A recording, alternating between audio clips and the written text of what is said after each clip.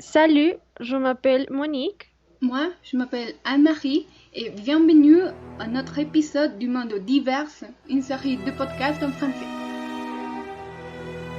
Quand croyez-vous que la fiction s'entrecroise avec la réalité? Aujourd'hui, notre sujet s'agit de livres que n'est pas sûr s'ils existent, mais un nombre de personnes sont en train de les chercher quand même. De cette manière, le premier livre qu'on va vous en parler est le livre de Soïga. Alors, on raconte qu'en 1552, le mathématicien John Dee a eu une conversation avec un ange. En tant que fervent partisan de la science et de l'occultisme, la vie de ce mathématicien se situait au cheval entre la réalité et le monde des esprits. Il y avait déjà amassé la plus grande bibliothèque de Londres, mais c'était l'anonyme livre de Soïga à laquelle il a consacré sa plus grande attention. Mais pourquoi? C'est parce que ce livre et son écriture sont une énigme. Totalement une énigme parce que les mots sont arrangés de manière aléatoire, ça n'a aucun sens. Alors, ce mathématicien a travaillé sans relâche pour traduire le code, l'écriture. Il réalisa lentement que le Soïga était une liste détaillée d'incantations magiques, c'est-à-dire le livre exprime des instructions magiques pour raisons qu'on ne connaissait pas, mais c'est comme ça. Mais il y avait encore beaucoup de parties à traduire. Mais comment ces mathématiciens a fait pour traduire une langue si étrange? Parce que je trouve difficile de donner un son au mot inconnu sans aucune idée de comment commencer. Bon, ce qu'on sait est qu'il a contacté un médium spirituel pour convoquer l'archange Uriel. Le mathématicien Dee a ouvert la conversation en demandant si le livre voulait dire quelque chose ou pas. Uriel a répondu que le livre de Soïga avait été donné à Adam dans le jardin d'Éden. Lorsque Dee a demandé à l'aide pour la traduction des tableaux, c'est-à-dire les parties qu'il n'y avait pas de traduction, Uriel a répondu qu'il ne disposait pas de l'autorisation nécessaire. Seulement l'archange Michel connaissait le secret. Dee n'a jamais réussi à atteindre Michel et après sa mort, le livre a été perdu. Maintenant, vous apporte une référence à la littérature ésotérique, laquelle on trouve dans le livre de Thoth, selon les Égyptiens, mais qui change de nom selon les règles parce qu'il s'appelait Hermès Trismégiste. Les premières références remontent à l'Égypte ancien et au dieu Thoth, dieu de la sagesse et de la connaissance. Il a été dit que Thoth a acquis toutes ses connaissances grâce à la pratique de la canalisation, qu'une connexion avait d'être supérieure qui existe dans le champ informationnel qui englobe tout. Laisse-moi deviner. Il doit y avoir quelqu'un désireux de trouver le livre. Et oui, évidemment, Anne-Marie, on parlait d'une légende dans laquelle un prêtre égyptien partit à la recherche de ce livre pour acquérir plus de connaissances sur l'existence de la nature au moyen de deux sortilèges que le livre contenait. Il s'agit d'une référence au livre de la littérature démotique, qui était un système de langue et d'écriture au 7e siècle avant Jésus-Christ. C'est le produit d'un syncrétisme culturel entre Égyptiens et Grecs avec les personnages Céton et Naro.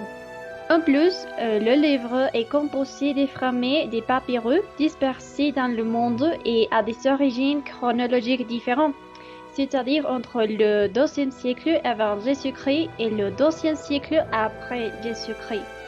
Les contenus à avoir avec les enseignements de Dieu à son disciple, l'amateur de la connaissance. Il lui a appris à renaître spirituellement. De ce mythe naît la légende du sacerdoce et il se termine assez mal puisque la connaissance de Dieu est si grande qu'elle ne peut pas être comprise par les êtres humains. Bien sûr que ce livre pourrait être en danger entre des mauvaises mains. Totalement, Anne-Marie. En fait, comme donnée curieuse, on pense que la malédiction qui est tombée sur Toutankhamon vient de ce livre. C'est pourquoi on dit que ce livre être de mauvaises mains peut être très dangereux. On ne sait pas, en fait, et avec certitude si le livre existe ou pas, mais il y a encore des milliards de personnes qui essaient toujours de le trouver.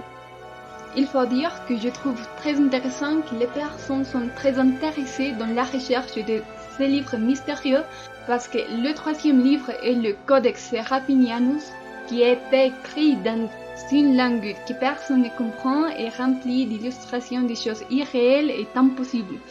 On peut penser que le Codex Serafinianus est peut-être une encyclopédie, mais la plus étrange du monde. Lorsque l'architecte italien Luigi Serafini a publié le livre en 1981, il l'a présenté comme un travail factuel et scientifique.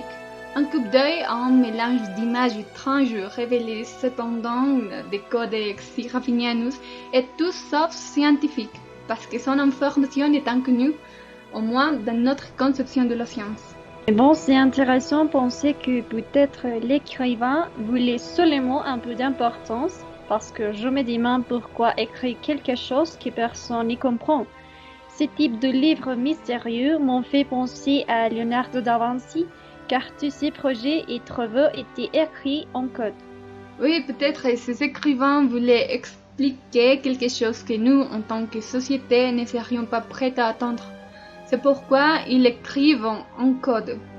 Parce que l'écriture et les illustrations de ce livre, le livre de Codex Serafinianus, sont toutes dessinées à la main et coloriées par Serafini lui-même, une tâche qu'il a travaillée pendant 2 ans.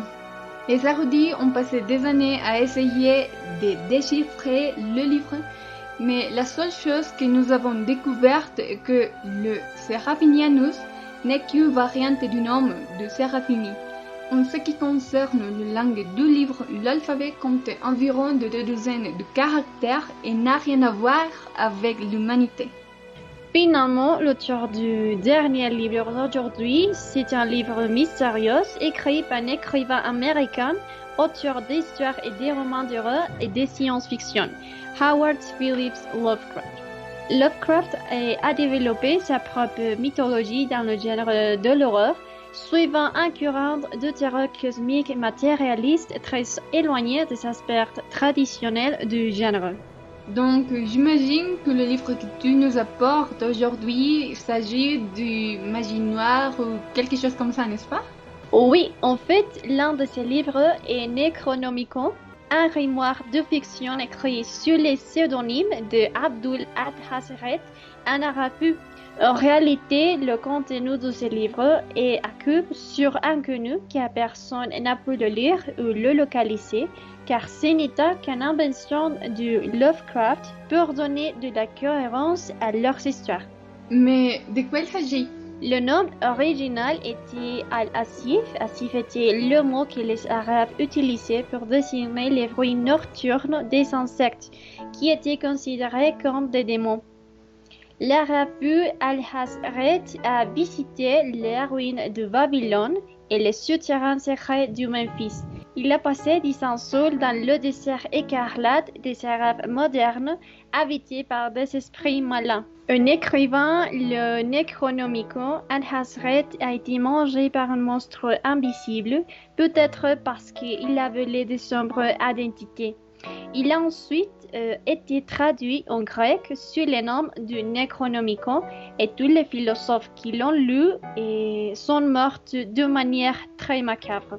Il convient de noter qu'il s'agit d'un texte qui a été écrit dans les années 600, bien que la copie originale ait été perdue, il a été traduit en grec et du grec en latin.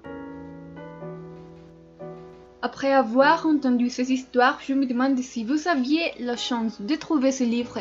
Le liriez-vous? Moi, sans doute, je le ferais. Mais toi, Monique? Et bon, évidemment, je le ferai aussi. Ah bon, je pense que ce sont des livres très intéressants.